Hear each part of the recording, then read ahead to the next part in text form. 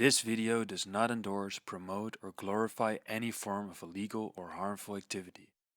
Hey guys, young Psychonaut here and welcome back to another video. Thank you guys so much for the interactions, for the likes, for the subs. Make sure that if you like the video and you're not subscribed yet, hit that subscribe button. I think you'll really like more of my other videos as well. And thank you guys so much for the supporters, for the members. I would like to say that from now on I will basically post every video 1 or 2 days before it gets released to the public for the members, so that members can see every video at least like 1 or 2 days in advance. So yeah, if you would like that too, you could also become a member by clicking the join button. Anyways guys, let's get into today's video. So today's video is about substance use indicators. And what do I mean by that? Well, these kind of indicators are things that you can monitor in your life basically to assess if a substance or use pattern is harming you or not harming you, or like these are kind of indicators to see if your drug use patterns are sustainable enough, I would say. Or maybe if it's a good idea for you to stop using specific substances or take a break, or so if these indicators ever start to show to you that they're negatively affected, I would say that's probably a really good time to kind of reassess your substance use, which I have had to do many times in my life. So let's get into the video. The first indicator is mood swings. So I would say in general, people are either more susceptible to mood swings than others. You will always know that one friend who almost never really has much like mental turmoil and he's just always chilling. Yeah, and you have people that basically like me who are very prone to mood swings. So back in the day, before I started meditating, before I improved my mental health, I basically had mood swings all the time. And those mood swings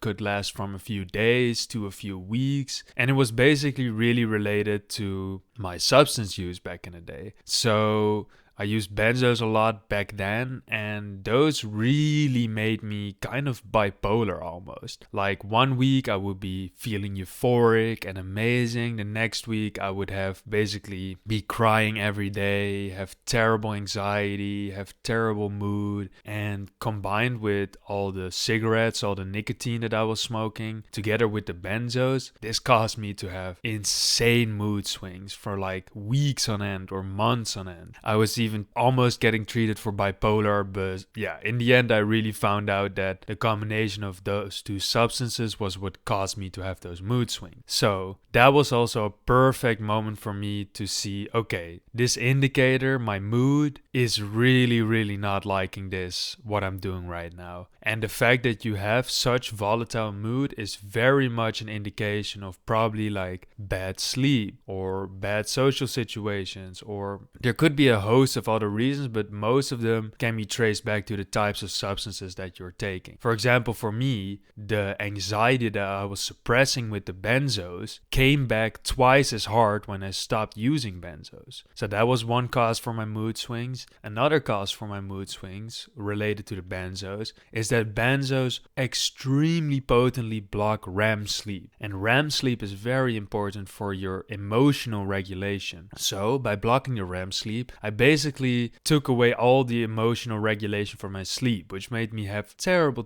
mood swings. So guys, if you find yourself having kind of a bipolar episode or really bad mood swings, or you feel like from 1 week or 1 month to the other it's like really different, and you're doing a lot of substances, you should really seriously assess if those substances have anything to do with it, because most often they do. And now that I only do substances that serve me, that make me more happy, I would say, I do them very sparingly, I never have mood swings. Like even with the types of substances that I'm doing from now and again, like sometimes I do a little DXM, sometimes I do a little ketamine, sometimes a few psychedelics, and I haven't had a mood swing in like 4 years. And I'm not talking about like, oh, they're not that bad anymore. No, I literally have had the same mood for 4 years, just always good. And it really helped for me, obviously, to get my mental health on track. But it just was also those specific types of substances like nicotine and benzos that really just fucked my mind up. And the sooner you recognize this, the sooner you will be able to do fun substances without all the negative shit around it. The second indicator that's also very important is low motivation. And this can manifest especially strong when it comes to dopamine substances. I will link the video where I talk about dopamine substances above. Now you can click on it and watch it later. Basically, in that video, I explain how dopamine is not the neuroregulator that causes like joy or happiness. It's actually the neuroregulator that's kind of causing motivation. So if you take a lot of dopamine drugs, this can severely impact your motivation system. But also other substances can do this. But I've found that only when I took substances that highly upregulate dopamine, like for example nicotine and benzodiazepines, and for example MDMA also, this can cause extreme low motivation. And the only time I've really been not like motivated to do shit for school or for work or even like these kinds of videos was when I was taking really unsustainable substances. Like basically all this is kind of closely related to benzodiazepines for me personally, but you could fill in benzodiazepines with any kind of substance that are causing these indicators for you to worsen. So low motivation, I would say, is a very good indicator because it really drives home kind of like, how your receptors are being dealt with, how much, like, if you have very low motivation, it's a very high chance that your dopamine system is dysregulated or anything like that, which is probably a very good sign that you probably need to stop or take a break, or maybe this is not the substance for you. Okay, so the third indicator, this one is very important, I would say. It's actually tolerance. So I would say in general, if you have very high tolerance, this is a sign that you did it too much. Even when you having tolerance is not very much a negative per se. Like say you've been hitting the psychedelics a little bit too much and you're not feeling anything negative from it, but they're just not working anymore because of tolerance. It's not really that taking more psychedelics in this case is extremely bad for you, but it is kind of an indicator to say like, okay, maybe you have hit it a little bit too much. Like last month, I did a bunch of psychedelics here and there, and at a certain point, that didn't really work anymore. So instead of taking more of them, I saw it as a sign to say, okay, even though maybe you're not really experiencing anything negative from taking too much of this, you are taking too much of it because it's not working anymore and your body needs to recover. Not literally in a physical sense, but more in a receptor type sense. So for those kinds of things, definitely tolerance can be a good indicator to take a break. And especially if you're doing like substances who do have a specific toll on the body. Like, for example, I have a friend that has such a high ketamine tolerance that he can do like hundreds of milligrams in like one sitting. And I also said to him like, bro, this is really like a good indicator for you to stop, because this means that your body's just so used to it and there's so like little receptors left that it's probably good for you to take a break and to at least let your body recuperate all those receptors and everything. Okay, so the next indicator is hangovers or dips, whatever you want to call it. And basically whenever you experience a hangover or a dip, either it be from alcohol or it be from an upper or from cocaine, also MDMA has some very terrible dips in my opinion, it is basically always an indicator for your body that you did too much, you took too much, you stressed the body too much. In the case of alcohol, you literally poisoned yourself the night before. So take this as a warning from your body and really like listen to it. Okay, I have a hangover. That means that this drug is probably not very good for me. This is, for example, also one of the reasons why I don't take MDMA anymore. It's because I always have this hangover or this dip. Or when I still drank alcohol, I always had this hangover hangover or this dip, that really indicated to me like this is wreaking havoc on your body and you're feeling it the next day. And with MDMA, I must say like it's not worth the experience for me to experience a dip. There's so many fun substances out there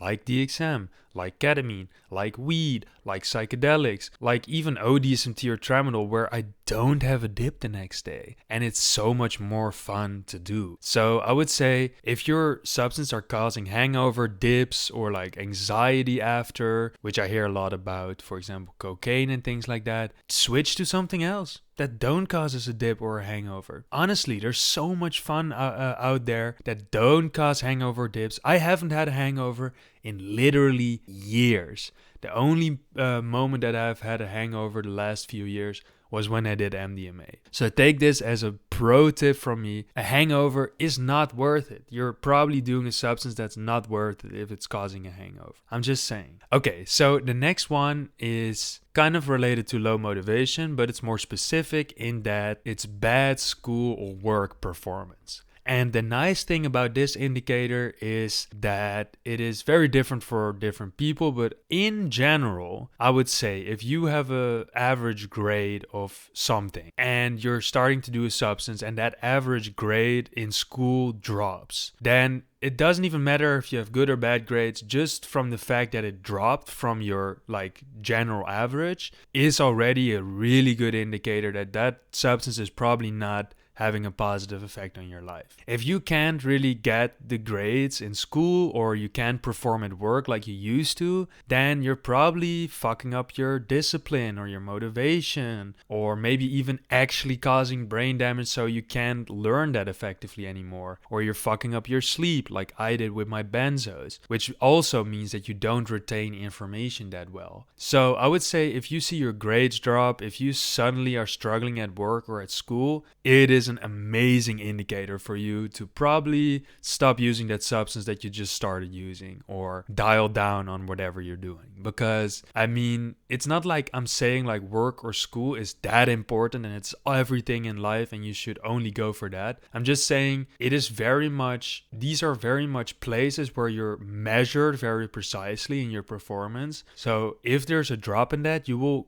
very objectively see that. Like for me, for example, when I started smoking weed, my school performance did not suffer in any way. In fact, I actually got better grades in some courses. So I'm not saying weed helped me, but I'm saying it is at least a good indicator to see if your substance is fucking with you or not. For example, when I did benzodiazepines, I failed all my classes. Wow, that's interesting, right? How can something like weed not do anything bad for me in school and benzodiazepines fuck up everything I do for school? That's interesting. So look at what kind of substances you're using, when you started using them, and when your performance in school or work got worse or better. Very good indicator, I would say, to see what's going on. Okay, and then the last substance use indicator is financial status or always being broke. I used to be this person. Again, back when I did benzodiazepines, I was such a fiend that I would basically put 100 euro in my savings account for trips or vacation or whatever, and then a week later I would take it out and buy benzos or other drugs. So if you're always broke, you're always lending money from friends, you're never like having savings, you can't do fun things with your partner because you don't have the money, you are probably a fiend. And I'm saying this with the most love ever. It's probably time to get your shit together, bro. Like, you are probably fiending out so hard and wasting all your money on drugs and etc, etc. I'm not saying it is a bad idea to spend money on substances. I'm not saying it's a bad idea to spend money on drugs. I'm just saying it should not be the first thing, like your first priority. It should be after you've done all your other financial shit, it should be an extra on top. And I think that if you have good finances, so if you have a savings account, if you are not like always out of money at the end of the month if you can just do fun things other than substances. I think that's a really good indicator that you're doing well when it comes to substances. I think that when all your money goes to substances, or you're jeopardizing your financial independence because of substances, that is a really good indicator for you to probably, like, you're doing too much. You're too fiendish, or you're too addicted to something, or whatever that's causing you to spend money erratically. But the fact that you can hold together your finances and still do substances is probably a good indicator that you're doing it well, that you're doing it correctly, and that you're not overdoing it. So yeah, guys, this was the video. I mean, there are a lot of things that I could have put here. There's a lot of other indicators that are very good for kind of assessing, measuring how well you're doing when it comes to substances. I hope a lot of you guys don't ever have to experience these indicators in a bad way, but you probably are if you're interested in substances. So yeah, really listen to them, listen to yourself, listen to your body. If your body says it's too much, if you're really feeling bad, stop doing it. And yeah, you can seek help, you can do it on your own. That is not really the point. The point is recognizing that you probably have a problem if these indicators are sounding extremely familiar to you. Okay guys, thank you guys for watching, and I'll see you guys in the next one.